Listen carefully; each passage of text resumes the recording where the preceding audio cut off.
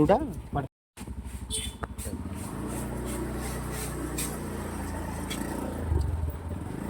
ఇప్పుడు మనము వరదరాజు నగర్ నుండి తీసుకుంటే తుడా క్వార్టర్స్ దగ్గరికి వచ్చేసాము.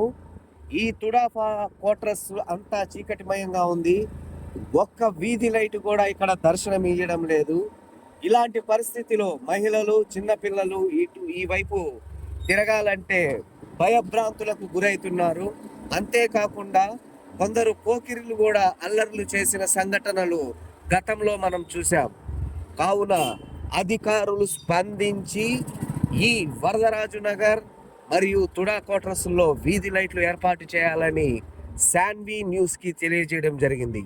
మీ శాన్వి న్యూస్ రిపోర్టర్ సూర్య తిరుపతి. చాలా